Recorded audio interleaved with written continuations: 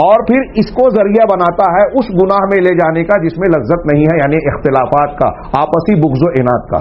اس سے یہ بھی پتہ چلتا ہے کہ آپس کا جھگڑا، بغض و عناد، کسی مسلمان سے نفرت کو پالنا، دل میں کینہ کپٹ رکھنا، یہ چیز جو ہے نہ صرف اجتماعیت کے خلاف ہے بلکہ شراب نوشی اور قمار بازی، جوئے وغیرہ سے زیادہ بڑا گناہ ہے، کیونکہ شیطان شراب پینے والا سے صرف اس پر راضی نہیں ہو گیا کہ اس نے شراب پیا، بلکہ اس کو ذریعہ بنا کے آپس میں بغض و عناد لگاتا ہے۔ پھر آگے آیت میں کہا کہ ان کو اللہ کے ذکر سے اور نمازوں سے روکتا ہے۔ ہاں، سنن کی ایک روایت ہے جو صحیح درجے کی ہے، اللہ کے رسول صلی اللہ علیہ وسلم نے فرمایا کہ کیا میں تم کو نماز، روزہ، صدقہ، امر بالمعروف اور نہی عن المنکر سے بھی زیادہ اونچے افضل عمل کو نہ بتاؤں، اس سے زیادہ درجے فضیلت والے عمل کو نہ بتاؤں؟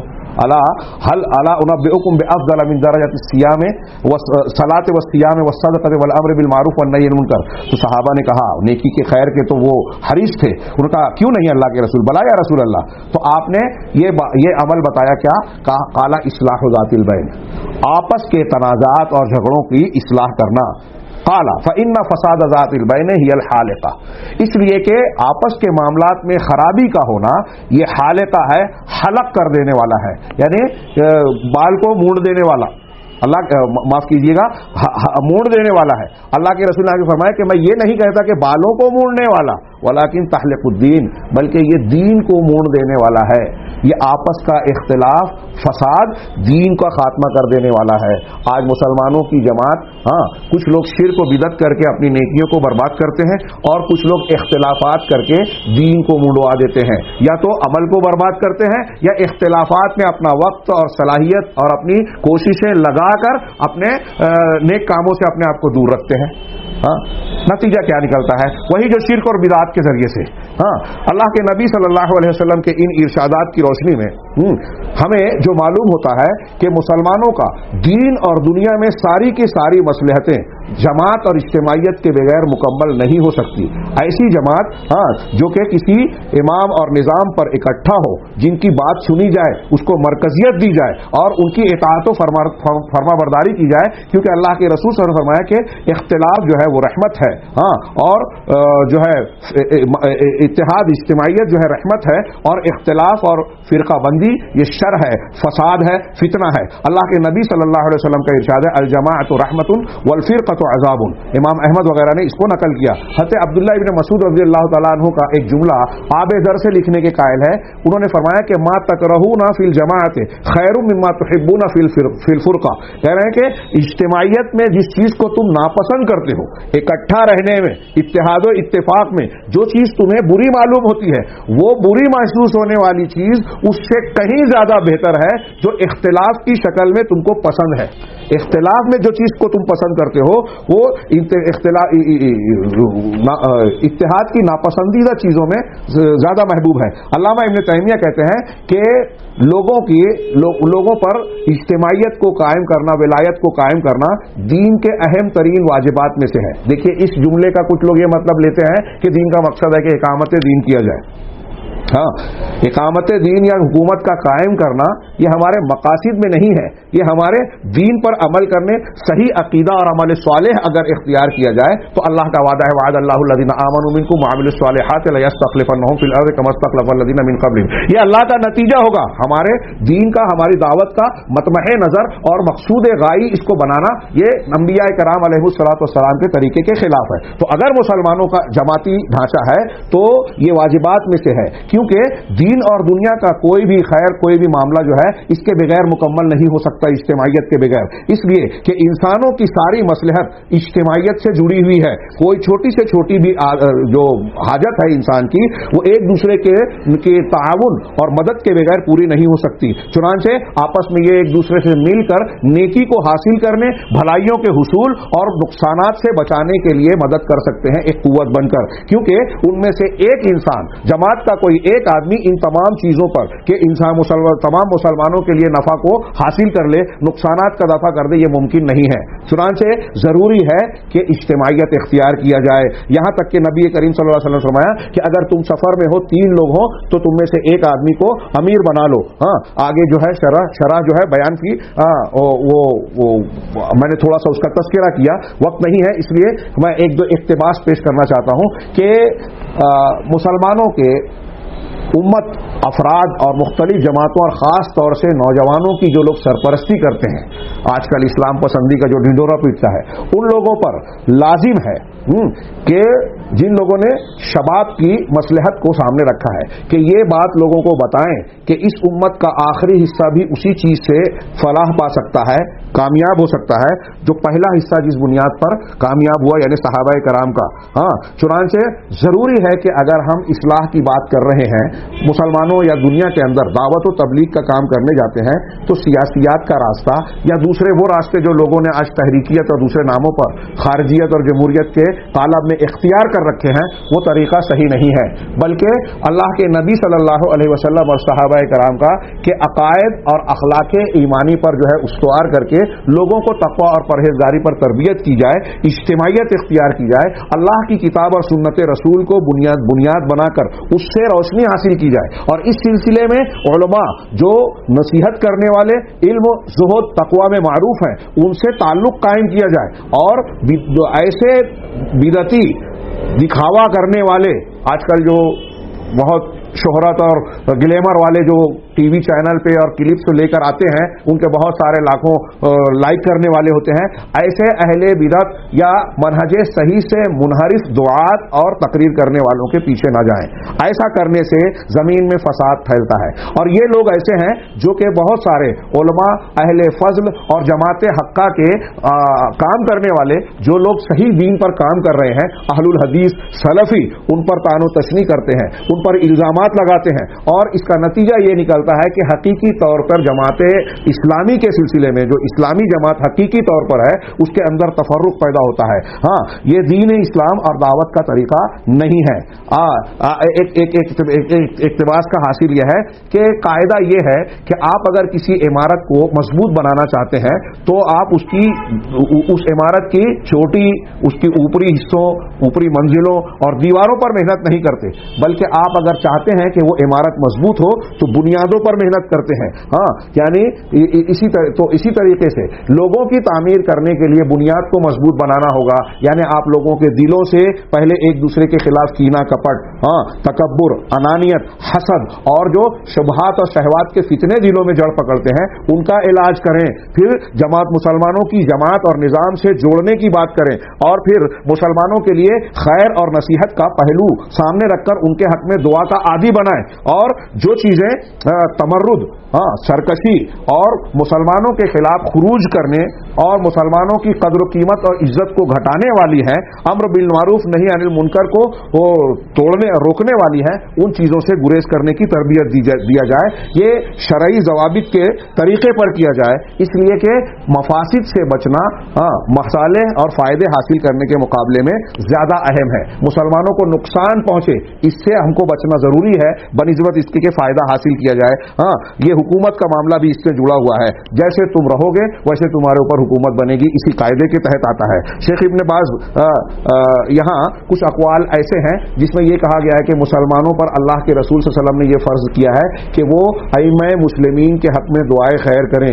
اللہ کے رسول صلی اللہ علیہ وسلم نے تو یہاں کچھ لوگوں نے استدلال کیا کہ ایسے قبائل کے لیے دعا کی جو گمراہ تھے، کافر تھے، اللہم اہد دوسا وأت بہم، وہ مسلمان ہو کر آ گئے۔ تو علماء کہتے ہیں کہ جب غیر مسلم آدمی دعا کے لائق ہے کہ ہدایت پائے، تو مسلمانوں کا امام، مسلمانوں کے بڑے علماء اور ان کے ذمہ داران تو بدرجہ اولا دعا کے لائق ہیں۔ امام احمد کہتے ہیں کہ اگر مجھے یہ پتہ چل جائے کہ میری ایک دعا اللہ قبول کرے گا تو میں سلطان کے لیے، مسلمانوں کے حاکم کے لیے کروں گا، اس لیے کہ امام کا صحیح ہونا تمام امت کے فائدہ مند ہے، کے لیے فائدہ مند ہے۔ یہاں ایک دو روایتیں میں پیش کروں، 3-4 روایتیں ہیں، میں صرف آخری روایت پیش کر کے علامہ ابن تیمیہ کا ایک قول پیش کروں گا کہ اللہ کے رسول صلی اللہ علیہ وسلم کی ایک لمبی حدیث کا حصہ ہے کہ اللہ تعالیٰ تم سے 3 چیزوں کو پسند کرتا ہے۔ سامعین کرام، تین چیزوں کو پسند کرتا ہے اللہ کے رسول صلی اللہ علیہ وسلم کا فرمان ہے. کیا ہے؟ پہلی چیز ان تعبدوا اللہ ولا تشرکوا بہ شیئا، کہ اللہ کی عبادت کرو اور اس کے ساتھ کسی کو شریک نہ ٹھہراؤ. دوسرا وان تعتصموا بحبل اللہ جميعا، اور دوسری چیز یہ کہ تم اللہ کی رسی کو مل کر مضبوطی سے پکڑ لو.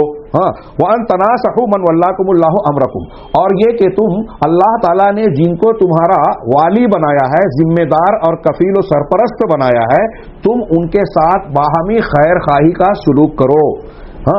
یہ روایت جو ہے صحیح الجامع سے یہاں نقل کی ہے، بخاری مسلم میں مختلف الفاظ سے یہ روایت موجود ہے. شیخ الاسلام علامہ ابن تیمیہ کہتے ہیں آپ تین چیزیں دیکھیے. پہلا توحید، اللہ کی سے عبادت کرو، شریک نہ کرو. دوسرا اجتماعیت، کہ سب مل کر اللہ کی رسی کو مضبوطی سے پکڑو. اور تیسرا اجتماعیت قائم ہو جانے کے بعد امام مسلمین کے ساتھ خیر خواہی برتنا.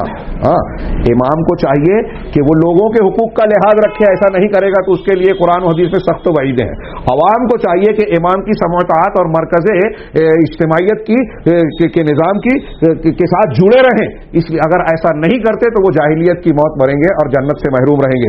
شیخ الاسلام علامہ ابن تیمیہ اس روایت کی روشنی میں کہتے ہیں کہ ان احادیث میں، یہاں ایک ہی حدیث میں نے پیش کی، اوپر اور بھی کئی حدیثیں ہیں، ان احادیث میں تین خصلتوں کا ذکر کیا ہے. ایک اللہ کے لیے عمل کو خالص کرنا جس کو ہم توحید کہتے ہیں.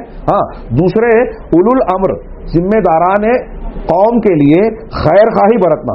اور تیسرا لزوم و جماعت المسلمین، مسلمانوں کی جماعت کو لازم پکڑنا. وہذہ ثلاث، یہ تین چیزیں ایسی ہیں جو دین کے اصول اور قواعد کو اپنے اندر جمع کرتی ہیں اور تمام حقوق کو، اللہ کے حقوق اور بندوں کے حقوق کو اکٹھا کر کے دنیا اور آخرت کی مصلحتوں کو اپنے اندر پیرو لیتی ہیں.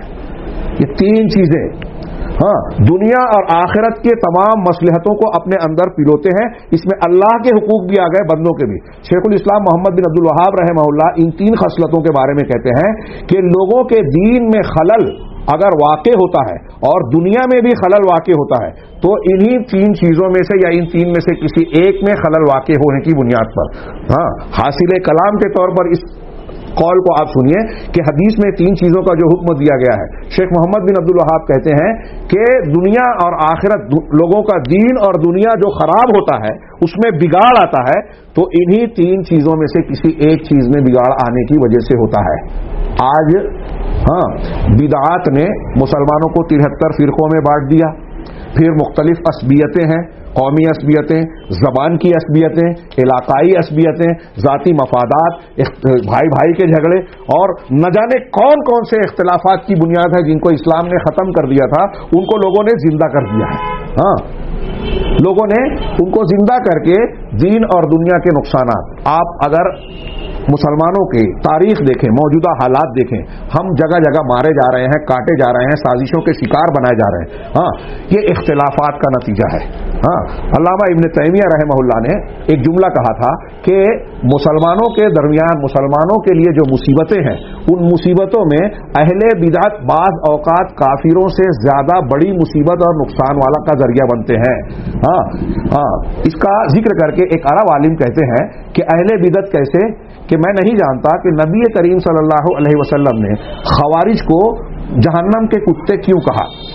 یہاں میں خوارج کا لفظ استعمال کر رہا ہوں، یا حدیث کے میں جو خوارج کے لیے کہا گیا ہے یہ تمام اہل بدعت کے لیے ہے، کیونکہ مسلمانوں میں دینی اختلافات بدعات کی بنیاد پر آتے ہیں. اور ان بدعات کی وجہ سے مسلمانوں کو جو اختلاف، انتشار، فرقہ بندی دیکھنا پڑی، ایک دوسرے کے خلاف جو پوری تاریخ میں جھگڑے، لڑائیاں اور پھر دشمنوں کا ساتھ دے کر مسلمانوں کی اینٹ سے اینٹ بجا دینے والے واقعات ہوئے، جیسے سقوط بغداد کو دیکھیے، حضرت عثمان غنی رضی اللہ تعالیٰ عنہ کی تاریخ دیکھیے، وہاں اختلاف پیدا کیا ان خارجیوں نے، خارجی مزاج لوگوں نے. پھر حضرت علی، جنگ جمل اور جنگ صفین، کربلا کا واقعہ، پھر مسلمان بنو امیہ، بنو عباس، اور بعد کے ادوار حکومت میں مسلمانی حکومت شان و شوکت کو جتنا نقصان آپسی اختلاف اور دینی اختلافات نے پہنچایا، کہیں حکومت کی خواہش نے، کہیں دینی اور مسلکی اختلاف نے، اور کہیں دوسری عصبیتوں نے، جتنا نقصان مسلمانوں کو اس اختلاف نے پہنچایا کسی دوسری چیز نے یا کسی دشمن نے، یہود و نصارہ نے بھی نہیں پہنچایا. الجزائر میں جو مسلم انتہا پسندی اختیار کرنے والے لوگوں نے، جو جنگ باز لوگ تھے، مسلح قوتیں، انہوں نے کچھ شہروں میں جو ہے جمعہ کی نماز سے روک دیا. شیخ ابن باز سے کچھ لوگوں نے کہا کہ کیا ان کا یہ عمل ٹھیک ہے؟ تو انہوں نے حیرت سے کہا کیا انہوں نے جمعہ کی نمازوں سے لوگوں کو روک دیا؟ یہ فرانسیسی فرانس برطانیہ اور یہودیوں کو بھی یہ طاقت نہیں ہو سکی کہ مسلمانوں کو جو ہے روک سکیں. یعنی کافروں نے یہ نہیں کیا، اور ان مسلمانوں نے خارجی فکر کی بنیاد پر جو ہے جمعہ کے نمازوں سے روک دیا لوگوں کو. آج جو ہے مسلمانوں میں جو اختلافات پائے جاتے ہیں، پرانی خارجیت اور جدید دور کی جمہوریت، اس نے اسلام پسندی کے ساتھ جڑ کر جو ہے مسلمانوں کے اتحاد اور اجتماعیت کو پارا پارا کر رکھا ہے. آپ اس فکر کو اس قول کی نظر سے دیکھیے، جو میرے پاس وقت زیادہ ہو چکا ہے، میں سمجھ رہا ہوں، آخر باتیں کہہ رہا ہوں. کہہ رہے ہیں کہ میں نہیں جانتا کہ اللہ کے رسول صلی اللہ علیہ وسلم نے خوارج کو جہنم کے کتے کا لقب جو دیا، کیوں دیا؟ شاید اس کی وجہ یہی ہے کہ یہ خوارج جو ہیں یہ مسلمانوں کے اندر ایک دوسرے کو کافر قرار دینے، ایک دوسرے کو قتل کرنے اور یہاں تک کے لیے پورا زور لگاتے ہیں. یہ خوارج ایک دوسرے کو کافر قرار دینے، ایک دوسرے کو قتل کرنے میں، نقصان پہنچانے میں. اور جتنے اہل بدعت ہیں دیکھیے سب کا یہی وسیلہ ہے. اور یہ امت کے جو ہے ہاتھوں سے مارتے ہیں. کہا یہاں تک کہ ایک دوسرے کو کافر قرار دیتے ہیں، جیسے کہ کتے اپنے لیے اجنبی محسوس کرنے والے، وہ چاہے دوسرا کتا ہو دوسرے محلے کا یا دوسری شخصیات ہوں، جن کو وہ کتے اجنبی محسوس کرتے ہیں، ان پر بھوکنے میں اور دانت سے چبانے میں پورا زور لگا دیتے ہیں، یہاں تک کہ اگر ان کی دم اگر ان کے منہ میں آ جائے تو اس کو چباتے ہیں، دباتے ہیں. اور اسی کا مصداق، یعنی شاید یہی وجہ ہے کہ اللہ کے رسول نے ان کو جہنم کے کتے کہا. اور اس کے مصداق بخاری مسلم کی وہ حدیث ہے کہ اہل خوارج کے بارے میں یہ کہا گا یقتلون اہل الاسلام ویدعون اہل الاوثان، کہ یہ وہ لوگ ہیں جو اہل اسلام کو قتل کرتے ہیں. یہ اہل اسلام کو قتل کرتے ہیں اور اہل اوثان، مشرکین، کفار، منافقین اور بدعتیوں کو چھوڑ دیتے ہیں. آج کا جو مسلمانوں کا آپ اجتماعی ڈھانچہ اور نقشہ دیکھیں تو اختلافات نے مسلمانوں کی اینٹ سے اینٹ بجا رکھی ہے. وتذهب ريحكم کی تصویر بنے ہوئے ہیں کہ مسلمانوں کی ہوا اکھڑی ہوئی ہے. حکومتیں ہوں یا بڑی سے بڑی تعداد ہو کسی ملک میں، ان کا کوئی، آج ہندوستان جیسے ملک میں مسلمان کھلونا بنے ہوئے ہیں. اگر دو قوموں کا جھگڑا ہو تو لوگ دوسروں کی پاسداری اور لحاظ تو کرتے ہیں کہ وہ ناراض نہ ہو جائیں. مسلمانوں کی ناراضگی کی کسی کو فکر نہیں ہوتی. کیوں؟ انہیں پتا ہے کہ مسلمان اکٹھا ہو کر ہمارے لیے کوئی طاقت اور چیلنج بن ہی نہیں سکتے. یہ کھلونا ہے، انہیں جب چاہے لڑایا جا سکتا ہے، ان کے اندر اختلاف پیدا کیا جا سکتا ہے، اور جب اپنے ایجنڈے پر ان سے جب چاہے عمل کروایا جا سکتا ہے. یہ اجتماعیت کے فقدان کا منظر ہے، اور یہ بات پوری دنیا میں ہمیں نظر آتی ہے، جس کے نتیجے میں ہمارے درمیان کچھ لوگوں کو خریدا جاتا ہے، کوئی تسلیمہ نسرین اور سلمان رشدی بن جاتا ہے. ہمارے درمیان کچھ لوگوں کو خریدا جاتا ہے، کوئی منکرین حدیث کی شکل میں سامنے آتا ہے. ہمارے درمیان کوئی پیدا ہوتا ہے اور وہ مرزا غلام احمد قادیانی جیسا جھوٹی نبوت کا دعویٰ کرتا ہے، اور ایسے بہت سارے جھوٹے نبوت کو ماننے والے لوگوں کو پیدا کر کے اسلام اور مسلمانوں کے خلاف مستقل جو ہے سپاہی کے طور پر استعمال کیا جاتا ہے. ایسے بہت سارے فتنے روزانہ اٹھائے جاتے ہیں. یہ مسلمانوں کے آپسی اختلاف اجتماعیت کے فقدان کا نتیجہ ہے. اور اجتماعیت اگر اختیار کریں تو موقع نہیں ہے میں صرف 2-4 جملے عرض کروں کہ دنیا اور آخرت کے سارے فوائد ہمیں حاصل ہوں گے. میرے سامنے نظرۃ النعیم کے اس عنوان کا ایک کی پرچی ہے، اس میں انہوں نے اجتماعیت کے فائدے میں 24 امور کا ذکر کیا ہے. 24 امور کا، کہ اس سے میں اپنے الفاظ میں 2-3 امور کی طرف ذکر، کچھ باتیں تو قرآن و حدیث کی روشنی میں آ گئی کہ اس سے مسلمانوں کی قوت ہوتی ہے، شوکت ہوتی ہے، ان کی فکر کا ڈھانچہ صحیح راہ پر ہوتا ہے، مسلمانوں میں شر، فساد اور خرابیاں پیدا نہیں ہوتی. مسلمانوں کے خلاف استعمال کیے جانے والے فتنوں کا سد باب کیا جا سکتا ہے. اس کے ذریعے سے اگر اجتماعیت ہو تو آپس میں محبت، الفت، ایک دوسرے کی مدد کرنا اور اسلامی سماج کا وہ ترابط اور وہ نقشہ سامنے آتا ہے جو اسلام کی تعلیمات کا صحیح حاصل ہے اور نتیجہ ہونا چاہیے. اور حقیقت میں اگر اجتماعیت کو مسلمانوں نے اختیار کیا تو دنیا کے لوگوں کو یہ پیغام جائے گا کہ اسلام جس طریقے سے اپنے ماننے والوں کو ایک لڑی میں پیروتا ہے، ایک دوسرے کے لیے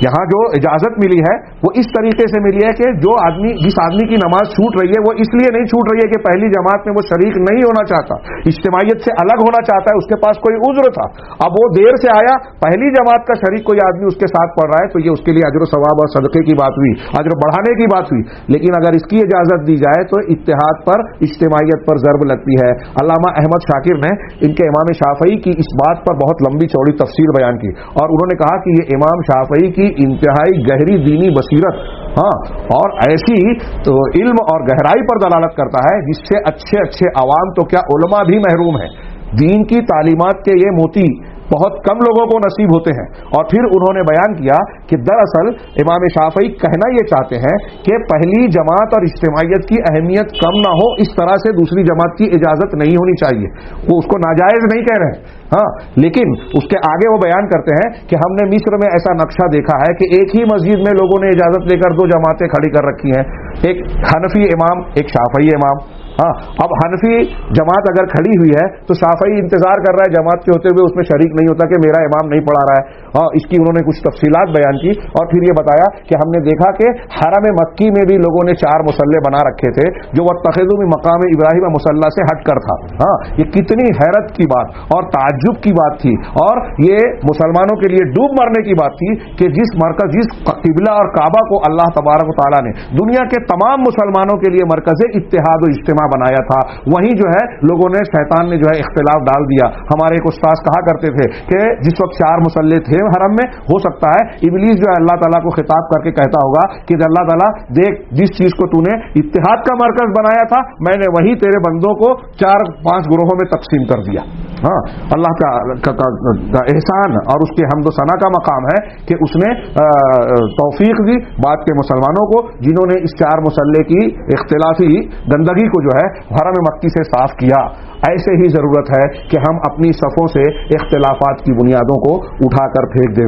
اللہ کے نبی صلی اللہ علیہ وسلم نے ایک لمبی حدیث میں بیان کیا نا کہ کوئی مسلمان کسی کی تکلیف کو ہٹاتا ہے تو اللہ تعالیٰ اس کی تکلیف ہٹاتا ہے، جب تک کوئی مسلمان کسی کی مدد کرتا ہے بھائی کی تو اللہ اس کی مدد میں رہتا ہے۔ آخر میں اللہ کے رسول صلی اللہ علیہ وسلم نے کہا کہ اگر مسلمان کسی جگہ اکٹھا ہو کر آپس میں دین سیکھتے سکھاتے ہیں، باہم دین کا دور کرتے ہیں، اور جو تو فرشتے ان کو گھیر لیتے ہیں، اللہ کی رحمت ان پر چھا جاتی ہے، اللہ تعالیٰ ان کی مغفرت فرماتا ہے۔ یہ سب اجتماعیت کے فوائد میں ایک جملہ ہے کہ فرشتے گھیر لیتے ہیں، فرشتے اکٹھا جو ہے ان کو رحمت ان کو گھیر لیتی ہے۔ پھر نماز میں جب اکٹھا ہوتے ہیں تو ان کو کیا کیا فائدے ملتے ہیں، اجتماعیت کے نماز کی جماعت کے ساتھ نماز پڑھنے میں اجر بڑھ جاتا ہے، فرشتوں کی دعائیں ملتی ہے، اکیلے نماز کے مقابلے میں 27 گنا یہ نماز کا اجر و ثواب بڑھ جاتا ہے۔ یہ چند باتیں میں نے کہیں، ہو سکتا ہے کچھ باتیں منتشر سی ہو گئی ہوں، بعض پہلو باقی رہ گئے ہوں، لیکن میں نے جو کچھ پیش کیا ہے اس کی روشنی میں ہم یہ سمجھ سکتے ہیں کہ مسلمانوں کے لیے دنیا اور آخرت کے تمام فوائد کی بنیاد اجتماعیت میں ہے۔